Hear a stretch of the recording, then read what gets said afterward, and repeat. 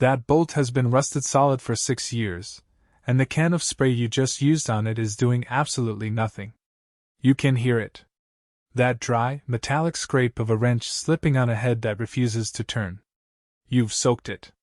You've waited. You've hit it with a hammer. And it's still frozen, exactly where it was an hour ago. Here's the part nobody tells you. That blue and yellow can in your hand was never designed to break rust. It was designed to displace water.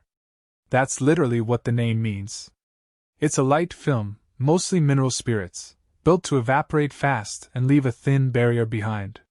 It was never engineered to eat through iron oxide sitting inside a threaded joint.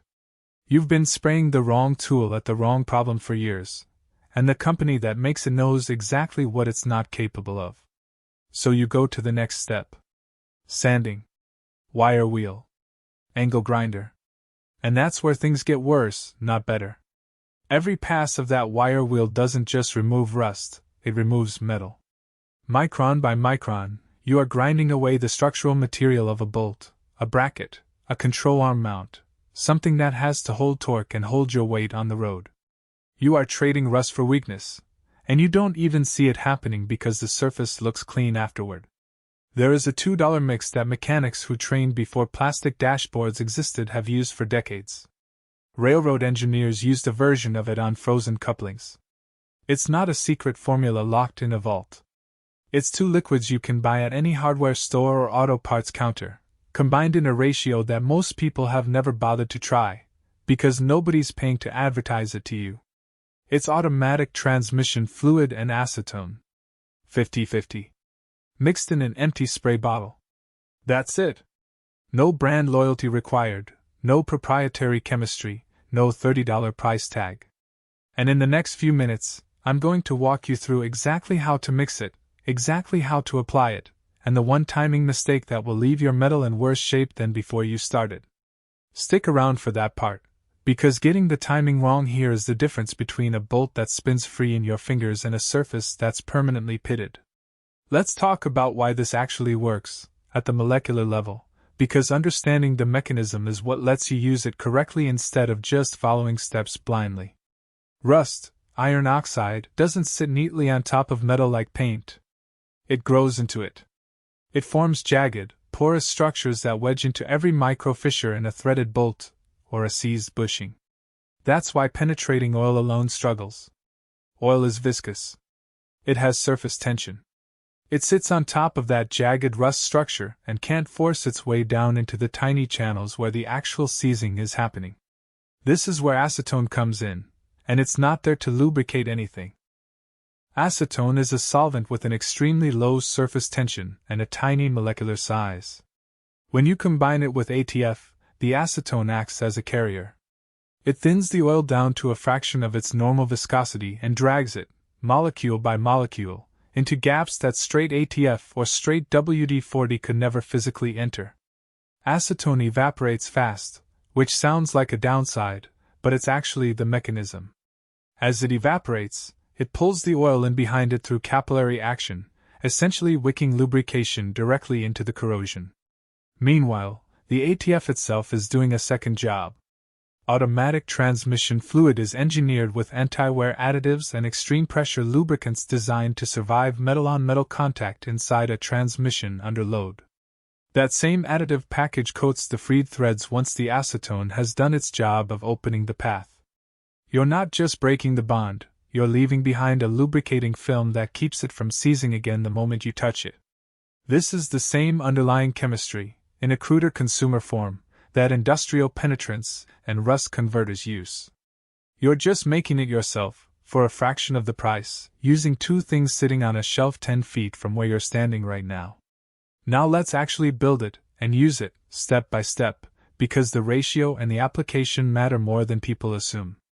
Go to any auto parts store. Grab the cheapest bottle of automatic transmission fluid on the shelf. You do not need synthetic, you do not need a specific brand, you need base ATF, and it will run you somewhere around $6 to $8 for a quart, which is going to last you for dozens of applications. Then go to the hardware or paint section and grab a can of pure acetone.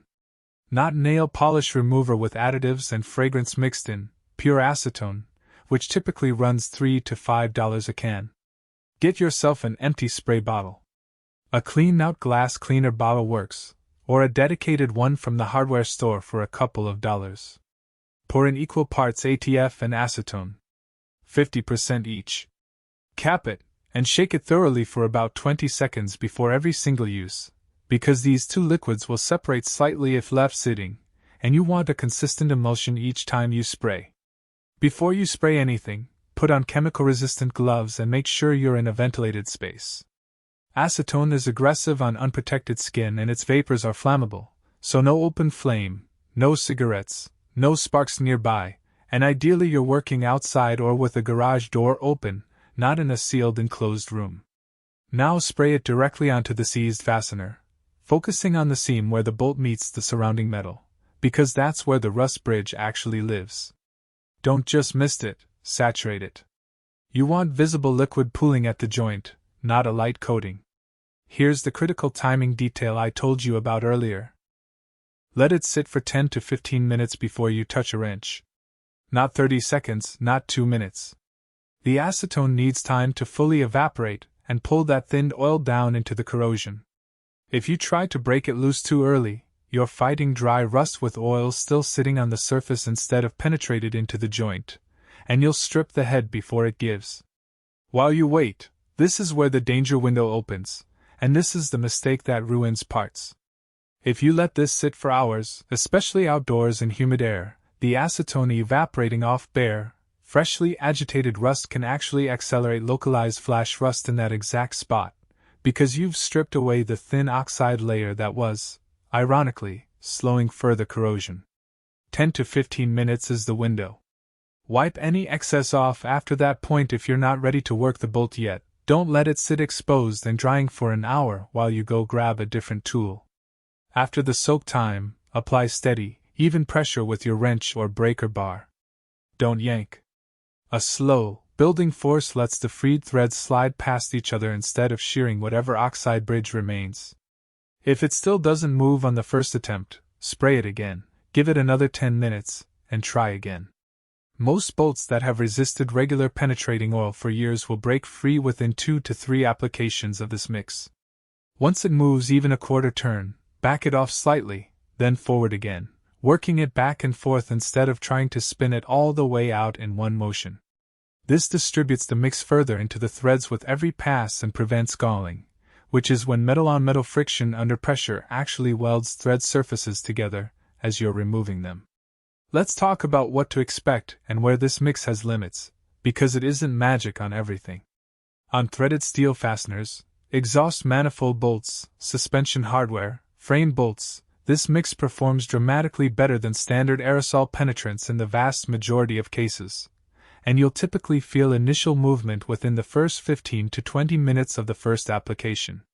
Where it struggles is on fasteners that aren't just rusted but have actually experienced significant thermal cycling and galling, like exhaust studs that have been heated and cooled hundreds of times. In those cases, the metal itself has partially fused, and no penetrant, homemade or commercial, is going to fix that without heat. If a bolt still won't move after 3 applications and gentle, escalating pressure, that's your sign you need a torch to expand the metal, not more chemical. There's also a false diagnosis that happens constantly at shops. A customer brings in a car with a seized caliper slide pin or a stuck sway bar bushing bolt, and instead of trying a proper penetrant soak, they're told the part needs full replacement, often at 3 to 4 times the actual labor cost. In a large percentage of those cases, an aggressive soak with the correct mix and the correct dwell time would have freed the original hardware without buying anything new. Never spray this mix near any source of ignition, and never apply it to plastic components. Some plastics and rubber seals can degrade or swell on prolonged contact with acetone, so keep it targeted to metal fasteners only, and wipe overspray off nearby rubber bushings or hoses. Do the math on this. A single can of name brand penetrating spray runs you somewhere around $8 to $10